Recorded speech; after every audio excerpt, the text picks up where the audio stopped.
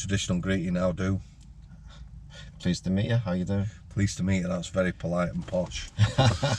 Being a Scouser, that's the way it is. Yeah, being an Australian Scouser. I know. So listen, So, I've just had a little chat to this lad. I'm going to let him introduce himself.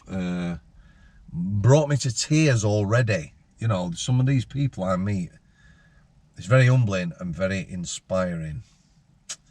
So, if you want to introduce yourself first. yeah, my name's Glenn. Well, most people call me Tez, but my name's Glenn.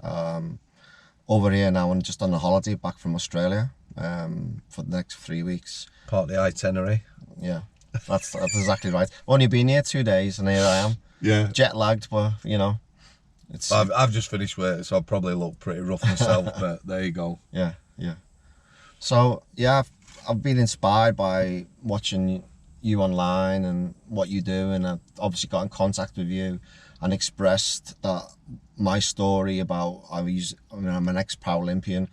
I had an accident when I was 14. I had 2 brain hemorrhages. Hospital for around about a year. I was in a coma. I had to learn read, write, walk, talk, and then luckily I couldn't swim. But part of my physiotherapy, I learned to swim. And my physio at the time, who was a little Indian lady called Jaga, she's only about like 4'8", 4'9", something like that. She was tiny, she couldn't swim. She used to hold me up in the pool, and then I eventually learned to swim. And then she said, "You got something there?" And I said, "Oh yeah, whatever." And then introduced me to a coach called Phil Jose, and 6 months later, I was swimming for Australia. It just happened. I didn't actually enjoy swimming at the time. I never wanted to go back to school. So swimming was the way to get me not going back to school, like, you know. So you told all your story in 2 minutes now, mate. I'm so sorry. No, we'll take it back, Glenn. Again, as much as you want to, I'm going to tell you, Tez, I like Tez. Yeah. As much detail, you know, if something's painful, you don't go over it, mate. Let's also ex-screw. Yeah, he's been a Scooby-Doo as well. But we'll get to that, yeah? Yeah, definitely. So let's just talk about this accident, mate, because, you know, you skipped over it, but horrendous. Yeah, it's funny how it happened. There's like a little story to it. It's a bit bizarre.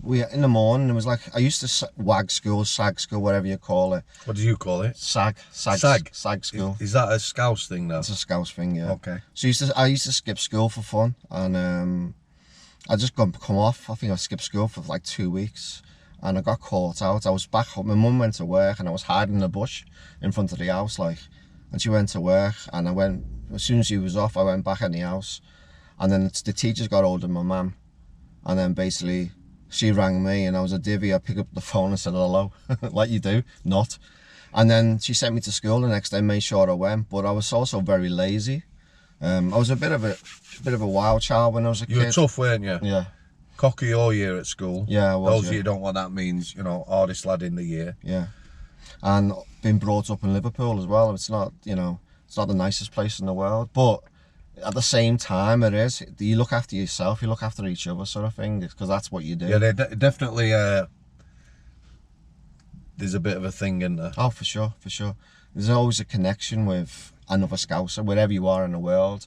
It's bizarre. It's like you hear Scousers everywhere. It's a bit scary. I hate the accent myself. You see these girls, they're gorgeous looking, and then they open their mouth, and you think, "Oh my God," you know what I mean? But anyway, back to the story. I got up really early that morning, and I was just watching telly, and because I watched the telly, what am I trying to say?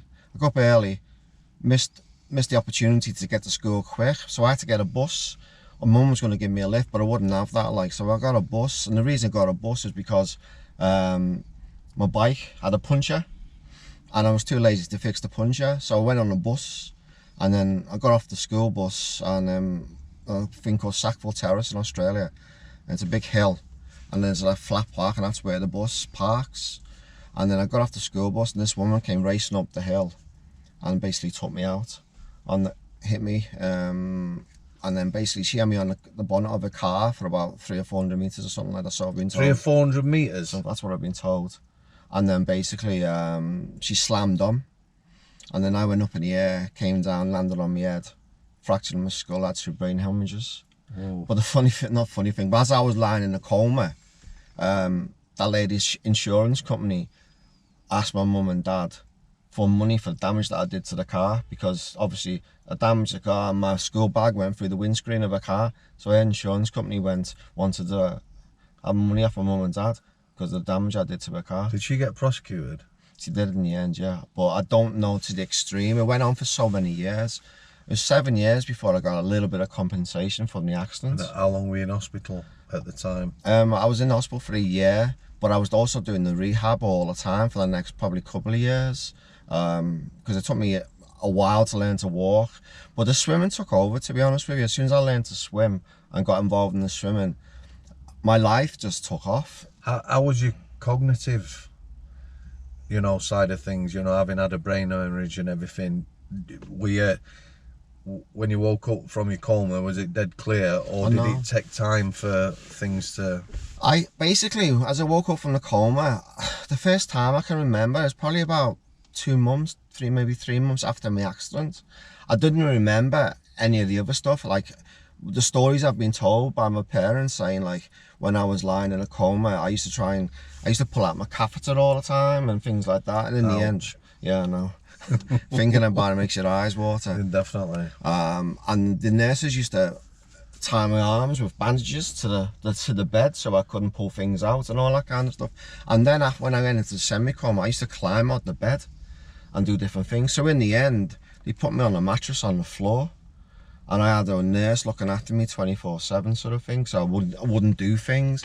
And a part of the rehab is like you go back to being a baby as a child, and you're asking silly things and the way I used to talk and all that kind of stuff. And my memory was still back. I was still in England. So at the time I was asking for my ex-girlfriend, who when I left England, was my girlfriend. Why did she come to see me? Why is this? Why is that? Not relating that I was in Australia. The time between when I remembered and when it changed to being in Australia in my mind, I don't know.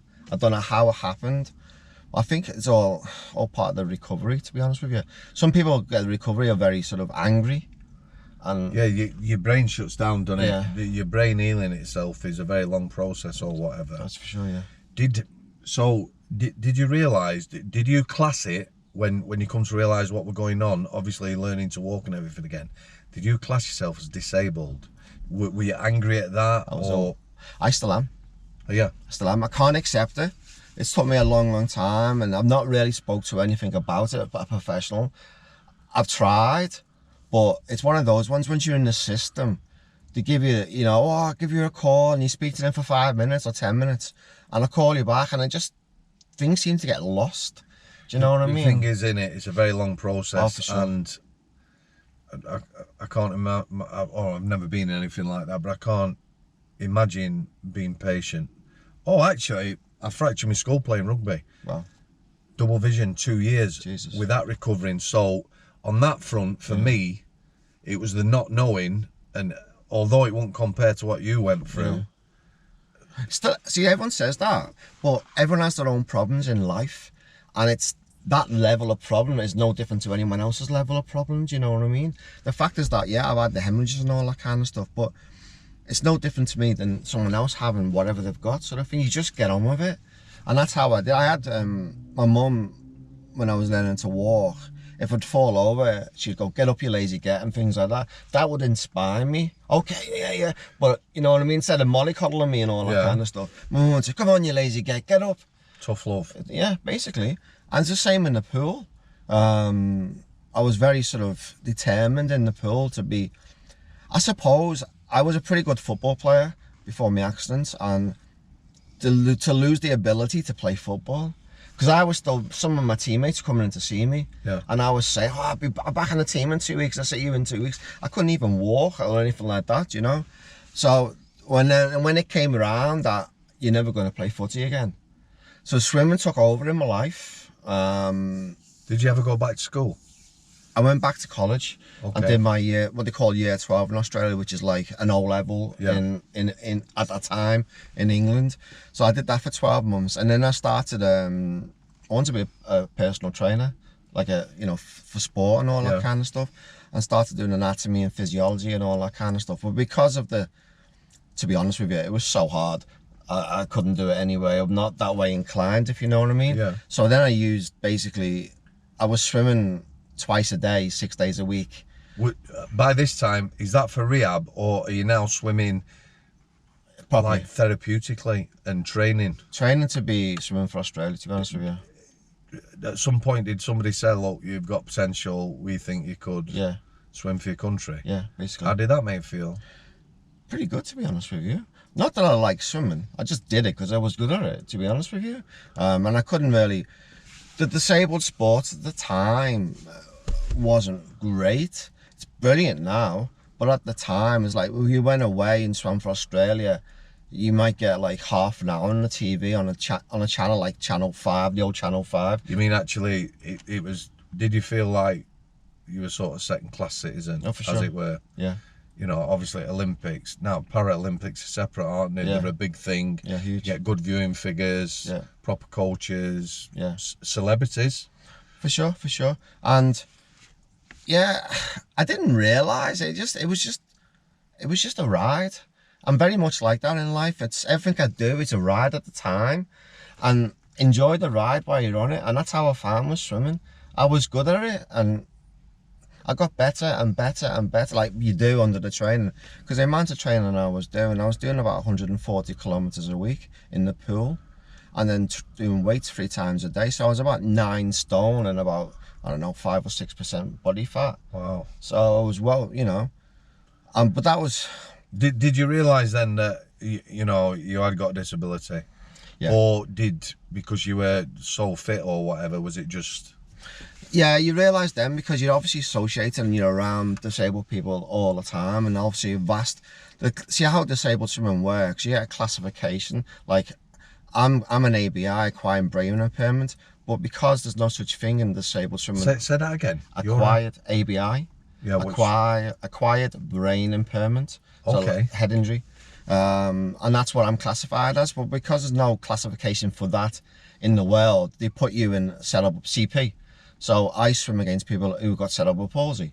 Yep. So my cerebral palsy ranking at the time was CP8. So what you do, you get assessed by therapists, Yep. and they see what you can and can't do, and in and out the pool. But at the time, there was a lot of people cheating the system, so they were playing up on the system. So they had a way. Is it handicapped then? So if you know, if a 6, a 7, and 8 swam against each other, you expect the 8 would win all the time. Yeah. Yeah. And a 10 is like people who've got mental health or things like that. Yeah. They've got normal bodies, can swim normal times. Where you'll see their times isn't that different to an able-bodied swimmer, if you know what I mean. Yep. And you learn all that. I mean, and then you go to like the Worlds or the Olympics or something like that, and then you get a world classification, which is an S. So my CP was an 8, but my world classification was a 7, which is lower than the 8, obviously. So then you may be racing against someone who has no legs, but you got the same disability in the pool. Yeah. So that's, sometimes you're watching and you think, how can that be? He's got one arm missing, or he's got this, I have seen it and wondered how it was handicapped or whatever. Yeah. So you get assessed by physiotherapists. Was this a big commitment for your family? Oh, huge. Because I'm thinking now, if you're swimming at that level for Australia or whatever, then... Well, at the time, it was obviously, I used to live in a place called Craigie, and I trained in a place called Midland, and it was like, I don't know, an hour's drive between the two.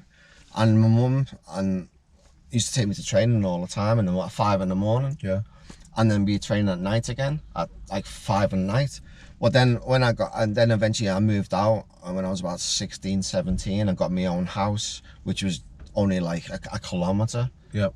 Away from the pool, so then I could walk to the pool, do my training, and then it just snowballed like that, to be honest with you. That's how how long were you at that for? What, in what way, sorry? You know, how long were you sort of swimming for Australia and swimming competitively? 7 years. 7 years. And why did that come to an end? Injuries. My rotator cuff on my shoulder and all that.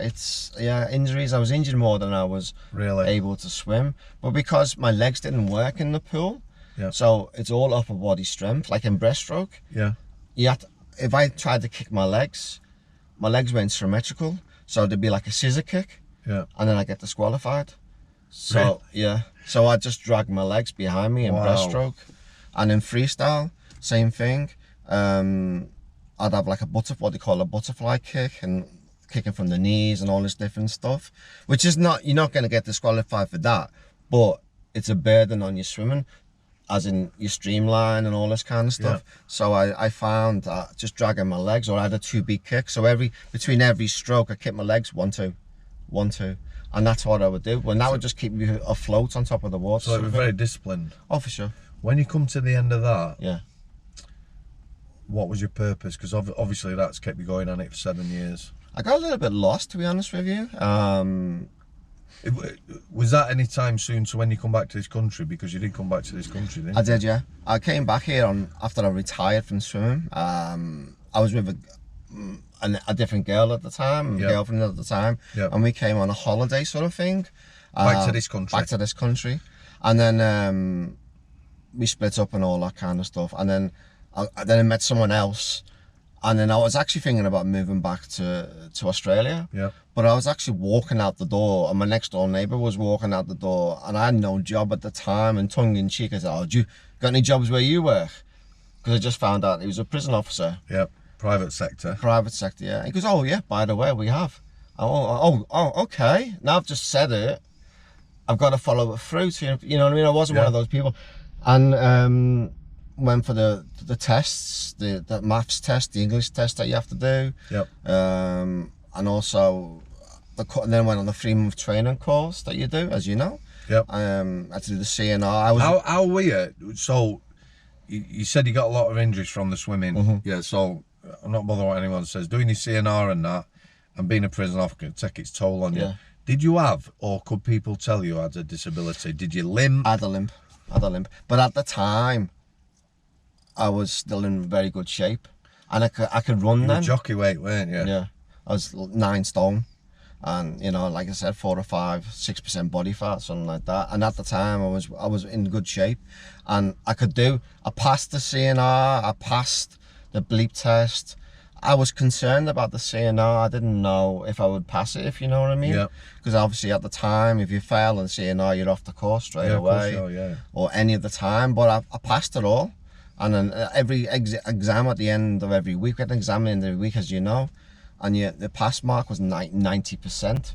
And I was never good at school. And obviously I had to learn to read, write when after my accident again. So I struggled like hell, but I got through it. How I got through it, I do not know, but I did. And then obviously they just throw you on the wing. Private sector very much at that time. Set of keys. If you're lucky, you're working with someone with experience. Yeah. If you're not, You're running the wing on your own. If you're lucky, you'll have a radio or not. Yeah. And I found that very strange because, like I said, it's some days you'll be running a wing on your own, and it's like a 12-hour shift, and there's 43 of them, and there's 1 of you, and they're out of their cells 10 out of 12 hours or whatever, association and all that kind of stuff. And then the prisoners they're running the nick, they're running everything. As much as you try. Yeah, of course. There's only so much you can do. But the funny thing about it, not funny, but the serious thinking about it afterwards, I've got a friend in Australia, Tom, and he's a screw in Australia. So I was explaining what it's like in the UK and what we went through. Yep. And he can't believe it. Because obviously in Australia they have like pepper spray, and they have batons, and they have handcuffs, and they have all this different stuff. They've started adding it into public sector now over here. Is he? I don't know that. And I think it will end up in private sector. Okay. Well, at the time, we used to do like suicide watching on it, and like you'd be on a suicide watch, like for every 15 minutes you had to go around and look and all that kind of stuff. But the strange thing about it is that we never had any keys. We weren't allowed to have our keys. So if someone's hanging, you've got to call Oscar 1 or whoever, and they're dead anyway. It's crazy. It was absolutely mental. But at the time, I didn't know any different. Did you enjoy it? I loved it. What was your best memory of being a prison officer? Association, to be honest with you. You're like me, aren't you? Yeah. Talking to people jibbing about. Well, I used to say to them, the difference between you and me, mate, is you got caught and I didn't. You know what I mean? And that's where I think I never really got any trouble off any of the inmates, because I treat them as I want to be treated myself. Spoke to them. how you wanted to be spoke to yourself. At a level, yeah, at a level that, you know, and you can talk them down or whatever and joke and all that kind of stuff. And then basically, like, if something goes off and you're on first response or something like that, and there's two of you, and she's gone or he's gone, then you're left on your own. Yeah. And then you go, all available officers, and you go, fuck, that's me. And then you're going to try and bang them away to yourselves, like on a Sunday afternoon. Yeah, And I'm they're laughing. like, fuck off, I'm boss. laughing because Yeah. people have no idea, do they? Yeah, it's crazy. And then in the end, you turn into the so-called daddy of the wing. Do me a favour, bang them away. And then he goes, to yourselves, and they all go to the cells. Yeah. And then you bang him away and throw him some milk or whatever to say thank you. If you you've know? got respect for you, then Yeah. I will do that. Yeah, I'd take someone like yourself who's got interpersonal skills all day. yeah. It's 100%. I never really had to do any CNR or anything like that. Obviously, you do sometimes because obviously you're called to do it and you get on with it. But yeah, I never found I had any problems because I would just speak to them. I don't think they could understand a word I was saying, to be honest with you. But They did comment about the fact you were a Scouser, yeah, didn't they? yeah. Are you from Liverpool, boss? Yeah. All right, boss. And I found that as a bit of a, maybe it's in my head, but because I'm from that part of the world, I never got any hassle from any of the inmates ever. And it was like, it was bizarre because you can speak on a level of their app because you've done the sort of things yourself when you were a kid.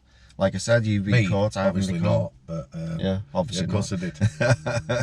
So yeah, I loved the job, but it got to a stage where at the time my wife was pregnant.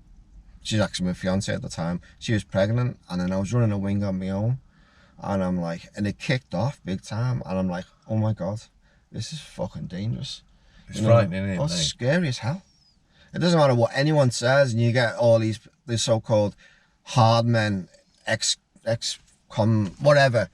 Oh, you screws of this, you screws of that. I'm like, you go and be a screw for like 2 days, come back and tell me what it's like. Yeah. You got no idea.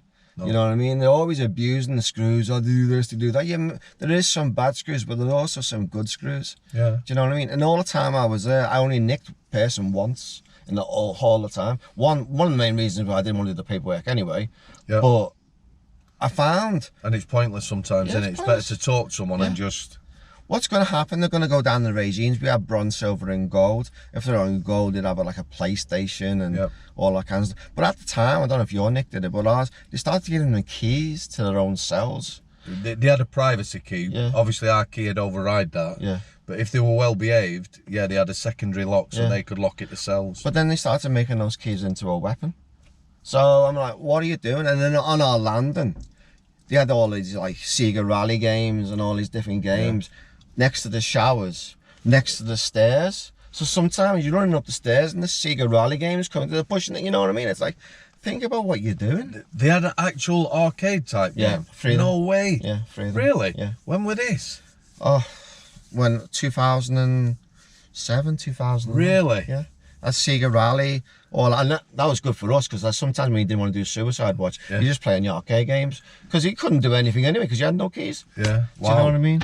It was, but at the time as well, it's like, I don't know if how your Nick worked, but we had to like do all the activities for the next day, like the work and they're going to education. Yeah, you had to do all the paperwork. All the paperwork and get that all organised.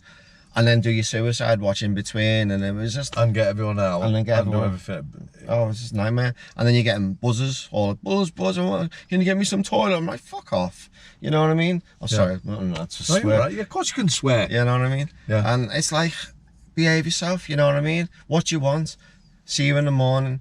And you talk to them all the time and just reason with them. Because you can't beat them. No. You can't beat them because there's 43 of them and there's one of you. They can't beat the system, but again, when you're on your own, sometimes you just have to tolerate. Talk your way out of things, don't you? Or you're going to get yourself in shit. Yeah, definitely. You're going to get yourself in trouble, and that's the problem. Or you're going to get other people in shit. That's it. That's it. And then when it becomes like the so-called daddies, you like your mate. There's something not quite right there. Do you know what I mean? Because you know if he says something, it's going to happen. Yeah. If I say something, you're going to get fuck off, boss. Yeah. Do you know what I mean? And that was so wrong. But if any screw doesn't say that happened to them, I don't believe them. You manage, what you do is you're managing prisoners, aren't you? Yeah. Because your job is to look after them. When they say it's a screws Nick, what they mean is it's got a good regime with good staff. Yeah. It don't mean that nothing's happening. Stuff's always going to happen. You just have to take a step back and realise that irrespective of what you do, stuff's going to be going on. People are going to be selling drugs. Some people are going to be getting bullied. Yeah. And the like. It's crazy. Why did you call time on the job? Because I got rattled. We had all available officers, and it was like went down onto the wing. What happened? They basically opened the doors, and they rushed. I didn't close one door before they opened another door. Oh, yeah. You know, the people in the bubble. Yeah. And then they've rushed, and then like we went all available officers, and it was like 4 of us, 5 of us, and like 60 of them. And you're thinking, what the fuck am I doing? And then you ask to go into riot gear, and your governor says no because you lose too much money for the prison. So, you know what I mean? Right, private sector and public sector, some public sector prisons get fined. So if there's an incident where you're getting kitted up in riot gear, concerted indiscipline, riot, mutiny, whatever you want to call it, there's a penalty. Yeah. And private prisons, that's what it's about, innit? It's about the money, It's money. You know, paperwork. It's mental. It's like, and then you're thinking to yourself, you know what I mean? I've just been in this. You take you 40 minutes, 50 minutes to try and get under control. Sometimes you don't get under control. Do you know what I mean? Yeah. But you have to get there. You think you're under control, but it's not. Because it's still kicking off the next day, and the next day, and the next day. Yeah. And you're thinking, what am I doing? It's, for me, I did enjoy the private sector, I enjoyed it a lot. Sometimes forget that. But there's so many arse-twitching moments where, you know, you get that feeling in your stomach when stuff's gonna, and then I think the thing that you forget is, you know, you feel like that half an hour later you have a bit of a chat with someone, it's forgot about, isn't it? But it is endless. Oh, for sure. And it's crazy. You sort of know, you can sense it. Like you're having like 2 weeks where there's nothing happened, and it's like, but there's a funny feeling. It's like bubbling away, and then all of a sudden, boom. And it just kicks off. It's scary shit. You know what I mean? It really is scary. You're playing pool, and all of a sudden you got this one lad with a pool ball in a sock trying to twat you over the head and everything. It's mental. But it's, you know, I read a lot. I mean, I've been watching you on what you do, and I'm inspired by what you do. I think it's absolutely amazing. It's very kind. And I think I'm honoured to be able to do this. No, with you. I genuinely mean it now, Tez, right? It is humbling meeting people. Yeah. You know, the stories and stuff like that they've been through. And I'll tell you quite definitely, talking about your experience to help other people, there'll be people who've been through similar things to you. And then it's a tough gig. Later down the track, I like mental health and all that kind of stuff. So when you went from prison officer, are you staying in this country? I was going back to Australia, sorry, I went back to Australia. Yeah. Can I ask you about the incident? Because we had a laugh.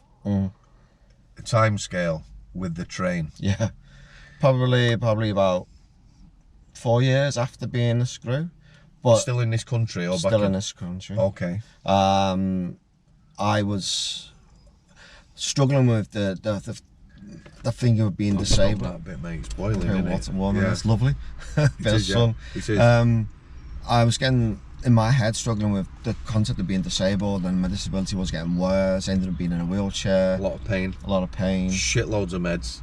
I take a lot of meds every day. I'm on morphine, Palexia, I'm on some heavy shit. And I've been on it since probably after I left the Nick, to be honest with you. Because the swimming. So what we're looking at, maybe 15 years or something, yeah? For sure. And when I was doing the swimming, I didn't really need, I took meds obviously, because obviously they still thought I could have a seizure, Tegretol and all that kind of stuff. So I was still taking things like that, but I wasn't really on painkillers, because I wasn't really in pain. Yep. But for some reason, as I've gotten older, obviously, I used to have a lovely body, I used to have a good body, like, you know what I mean? But obviously now it's gone from that, it's gone from that to being overweight. Do you know what I mean? And it's different. We've said this, innit? Yeah. The older you get, you know, when you're in pain, you can't do things you want to do. No. And sometimes you don't even have to look at anything. You're going to put weight on and that, aren't you? It's like when people say to you, oh, go and do exercise, go and do this, go and do that. And it's like, you've got no idea how much pain I'm in. It's going to hurt, and I don't want the pain anymore. Like, but that was where I was. I was in my mental state, and I was in Northwich, and I was sitting at a train station, and I just thought, you know what, I've had enough. And I saw the train coming. At the time, I was walking. I still walk really bad now. So I got up to walk towards the platform, to walk towards the train. By the time I got there, the train had passed. So basically, you know what I mean? It's humorous now, but at the time... You were going to chuck yourself from the train, I was chucking myself from the train. And if I got there in time, I would have done. I would have definitely. 100%. 100%. And then, so I got home, and then... spoke to the wife, and then she spoke to the doctor. Took me to the doctors the next day. You're coming with me. Went to the doctors, explained what it was, and then I had a team come out, the first response team come out to me for about 3 months. Mental health team, making sure I was all right, and it was brilliant. Absolutely, what they did was phenomenal. I was in Southport, and it was the team. What they sent out was brilliant. And what did they do for you? We just chat. We just chat how we are now, and to see where you're at, and obviously if things are going. If things are going the wrong way, then they had a place where you could go. Yep. You know what I mean? They'll bang you away, make sure as a hospital sort of thing, and make sure you're all right and all that kind of stuff. But I got through it. But about maybe a year ago now, I had the same thing in Australia. It was about 2 in the morning. I get about 3 hours sleep a night. Yeah. That's all I've slept. With you on that, mate. Oh, it's a nightmare. No one knows. It's a very lonely world at 2 a.m. in the morning when you're on your own. There's no one to talk to. And you're not feeling great. And I dropped a glass on the floor because I have a nerve damage, obviously from neurological pain and all that kind of stuff. Yeah. Neurological damage, sorry. So I had a glass in my hand. My hand just opens sometimes in a spasm. And I dropped the glass, and that little tiny incident, I wanted to pick up the glass and cut myself. Really? But I was lucky because my wife was there again. Is it frustration as much as anything? Or, you know, is it just... It's frustrating, and it's just, I can't explain it. It's like, you got no real control of how you feel. It's bizarre. It's like you want to do this, and you're going to do it. It doesn't matter what you're being or who you are or what you are.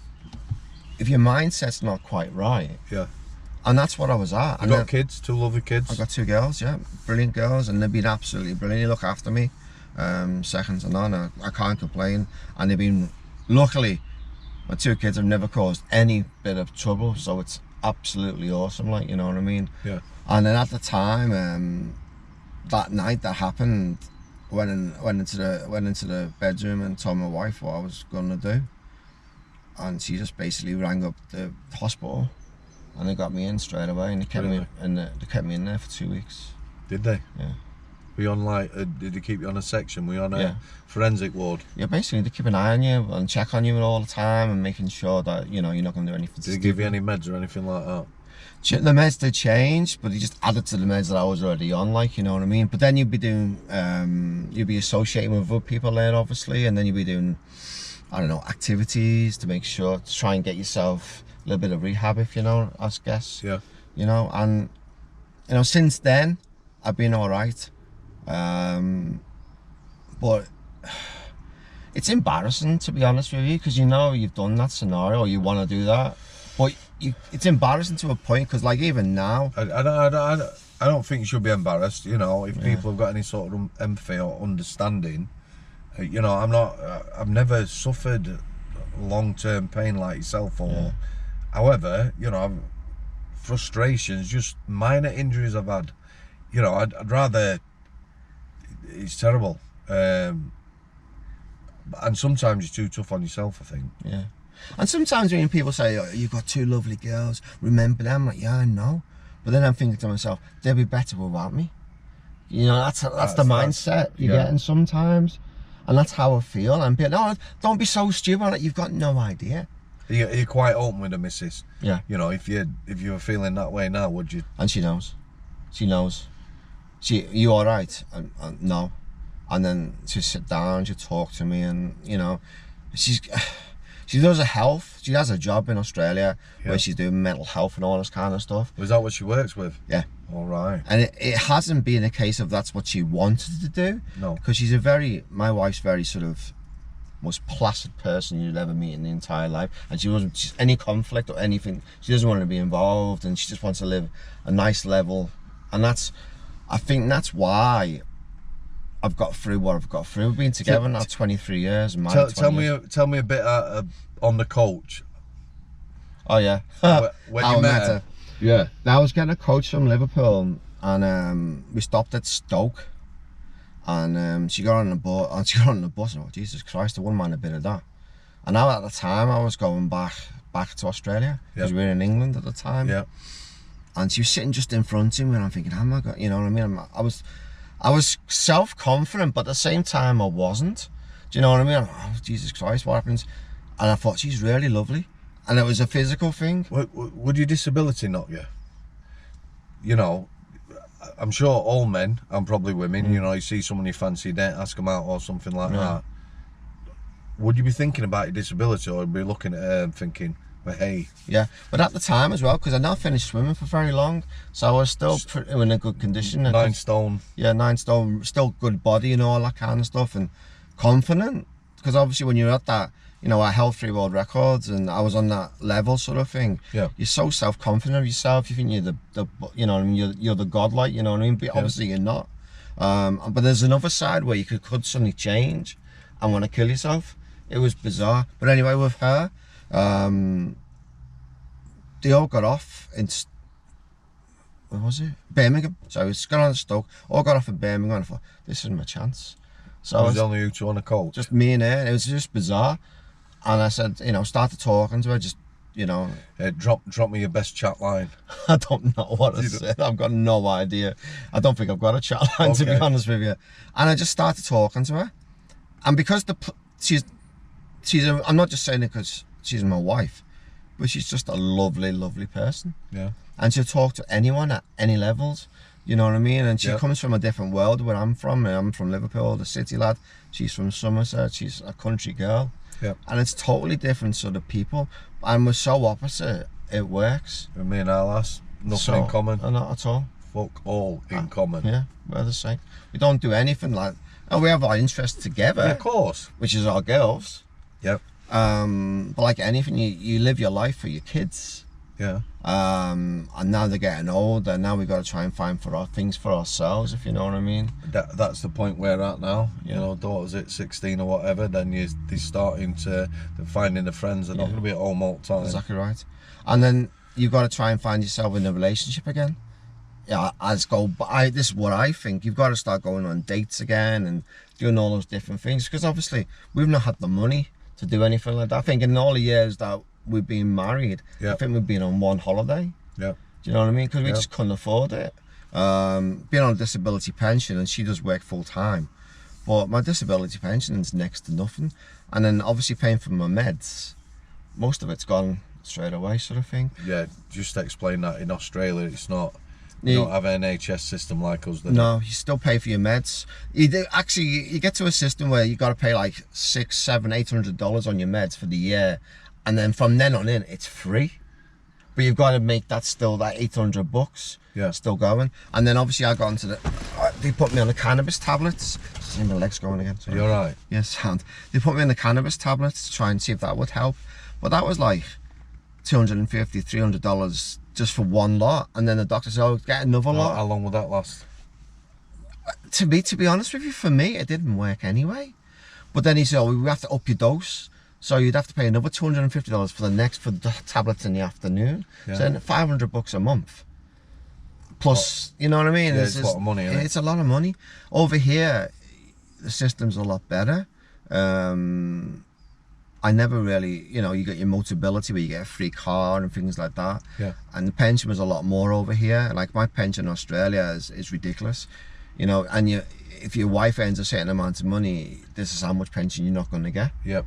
And you're living on your ass all the time, but happy. But happy, yeah. Sometimes, but it's just, I think it's just trying to find yourself all the time. I find, you know, I mean, I want to do now what you've done is like, you've inspired me, and I've always thought about writing a book and things like that. But I'm not, you know, I'm not that way inclined, but I want to do it because I'd want to make it like, not a comedy, but not serious at the same time. Do you know what I mean? Yeah. You know what I mean? The thing like walking, you know. Well, we did laugh in there, didn't we? Yeah. But it still brought a tear to my eye because it's irony, that, isn't it? Oh. You want to kill yourself, Yeah. but your disability, which is making you want to kill yourself, stops you from Killing killing yourself. yourself. Yeah, it's bizarre. You know, and I'm a big believer everyone's got the time, and when your time's up, that's it. You know what I mean? You know, like I said, I had 2 brain hemorrhages. I don't know why I survived. I died on the spot, but luckily, and I was fortunate enough, there was a nurse on the bus, on the school bus that I was just on bus, and she basically saved my life because there's there's a car in Australia called the Ute. Yeah, I know what you. Yeah. And this guy wanted to throw me in the back of the Ute and rush me off to hospital. Yeah. And she go, no. And this is where she's doing CPR on me at the same time, like, you know. And then obviously, So you yourself have that last saved your life. yeah, for sure. The vertically challenged lass who got you into swimming, pushed you, Yeah. you know, give you 7 good years and helped you, and then 100%. obviously your missus. Yeah. So, you know, these people, you know, Without them, without having people you can talk to, and it's important that you do talk to people. I was very much like, you know, I would never accept my disability for the first maybe 4, 5, 6 years, even longer than that. You know, I went from, you know, I was disabled, but I was working as a screw. You know what I mean? As a prison officer. well, for me, you know, that's a good thing. Yeah. You know, a disability is not necessarily going to stop you doing a job, is it? No. You know, I've thought about that before. You know, if someone had a mental health condition, should that necessarily mean that they shouldn't be doing jobs like prison officers or whatever? You know, if you just wrote people off, then... Well, that's it. I mean, at the end of the day, is where the world is at the moment. There's not enough prison officers, let's be honest with ourselves. They're you know what I mean? But it doesn't matter. The fact is that, you know, I love the job. I love doing it. But it got to a stage where it just got too dangerous. Yeah. And my wife was pregnant at the time, and I just thought, you know what, I just can't do this. I think a lot of people are like you. I had an incident like you. You know, you look at it, it's terrifying or whatever, and you take a step back and you think, can't do this anymore. Yeah. I was in lots of incidents. You will have been in lots of incidents where you like that, but then whatever point of life you just think. Because I found at the time, and also in the nick, like you do things, and like you know, someone's got a knife or whatever they've got, or they're hitting people over the head with like a pool ball and a sock or whatever they're doing. You get involved in it and you're stopping it, and you're driving home and you're thinking, oh my god, what the hell? But I used to find, and how I can explain it is that I'd leave myself at the door, and I'd go through the door and pick my prison officer self and go to work. And then when I finish work, I'd leave that person there and pick myself up and go back home, because you can't take that home. Do you think it'd have been different? I used to think that that weren't the case. I think maybe early days it was, but later on, you know, it was obvious to my missus, but not me, that weren't the case. You do take it home. Obviously, you do. The frustrations, fears and all that, it's not a job, I don't think, that you can leave at the gate. No. And it's also a job where you can't really talk about what's happened. You're not allowed to. It's just what you do. Well, no one's going to understand you anyway, are they? There's the dark side of people. They all want to know what you do. Did you meet them? What happened when you come up face to face? Has anyone... However, unless you've done it...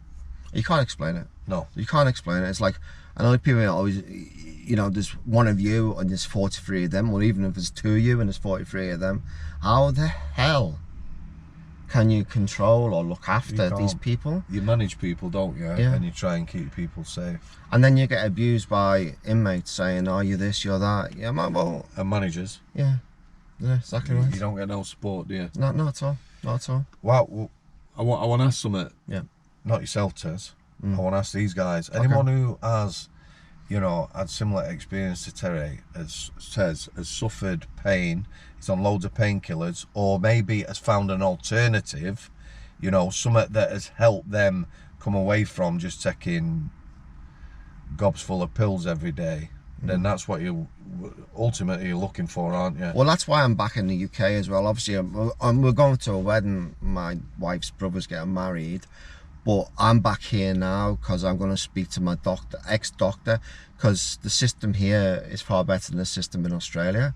At this moment in time, I've been to, they call it the pain clinic. I'm at a level now where the tablets I'm on, I take about 23 tablets a day, painkillers and all this kind of stuff. But it's just not doing anything. No. I'm still in agony. But there's got to be something else. And I'm concerned, obviously, the tablets I'm taking for my kidney, my liver, what is it doing? Stomach, everything else, yeah. What is it doing? There's a negative effect in there. And also, you know, you're addicted to it. You're addicted to these drugs. So if you leave it for like, I don't know, half a day or a day, you've not had your tablets, you've got the shits, you've got the sweats, you've got this, you've got that. I'm like, Jesus Christ. I had an instant just before I left, and I didn't know till I went to the chemist to pick up my tablets. Is that my doctor just decided to cut it. My main tablet, my main painkiller, he just stopped it. I'm like, what the fuck? So I went into the doctors. I said, I was just raving because you're not going to get anywhere. Yeah. I said, what the hell? Oh, he mustn't have been thinking right. We'll put you back on it. I'm like, Jesus Christ. But I shouldn't to myself. I didn't want to ever be that way inclined, you know. But you know the side effect of having the addiction, the sweats and the shits and the whatever, yeah, and the pain. You don't want to be there, but you don't want to be taking the tablets because, you know, it's making a mess of your body. Anybody, any alternatives, any treatments, any new medications, because a lot of things, like I told you about my friend, there is stuff out there that is an alternative medication for some stuff that helps people more with their conditions, but unless you know about it, GPs, pain clinics, you know, sometimes they don't know everything. Oh no. You know, the doctors in pain clinics have an algorithm. They'll look at you, look at your injuries, bad ankle and everything else, right, let's give him that, and that's it. I find it funny because, like, sometimes you go into hospital or whatever, you be in hospital, like, and you got like a doctor who's like 25, 26, and they're telling you what it's like to have a brain hemorrhage. And I'm like, you've got a fucking clue. You just haven't got a clue. You're reading it out of a book. Yeah. But it's not their fault, but that's how you feel. Do you know what I mean? But I want to say as well is that even if you're, you know, if you're struggling, speak to people. I found, because I swam for Australia, I held 3 world records. People put you on a pedestal, but in you're struggling. Yeah. But you got the pride then of not wanting to. My parents, I didn't want to say anything to my parents, or my partner at the time, or whatever.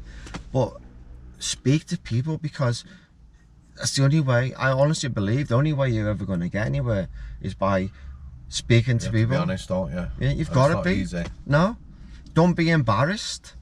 Sometimes I'm embarrassed about scenarios that I've been in or done, or my disability, or even now I've got to use a wheelchair 8 out of 10 days or whatever. I hate it.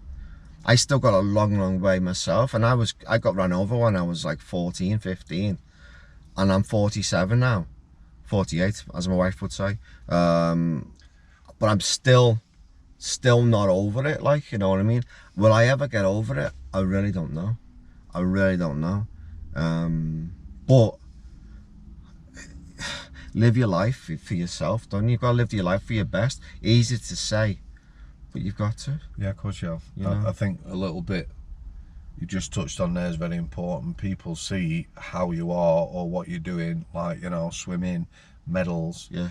Probably pop stars are probably the, you know, you see them. Yeah. Think they've got amazing lives and wealth, and how many pop stars are taking their own lives. Exactly right.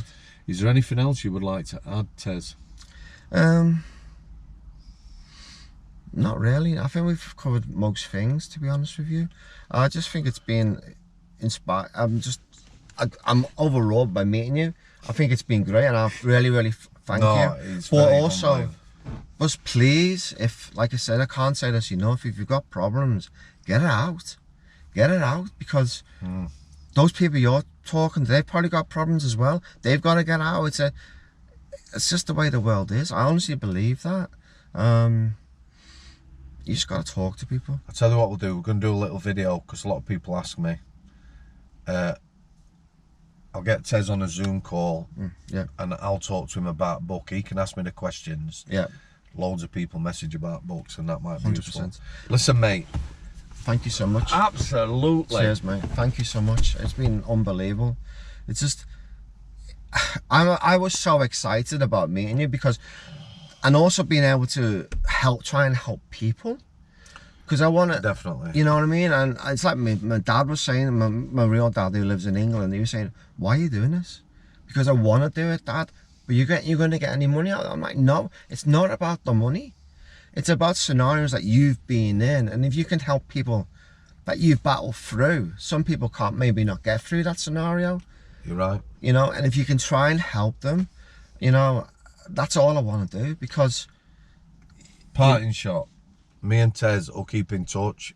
Some owners will be sometimes on you to message me because I get a lot of messages. However, guys, if I've talked to you in the past and you want to speak again, you're going to have to message me. Emails, I'm a long way behind. I'll catch up with everything this weekend. Again, mate. Thank you so much. I appreciate you taking time out from your holiday. Yeah, brilliant. Job's a good one. It's been brilliant, mate. Thank you so much. Thanks for coming. Yeah.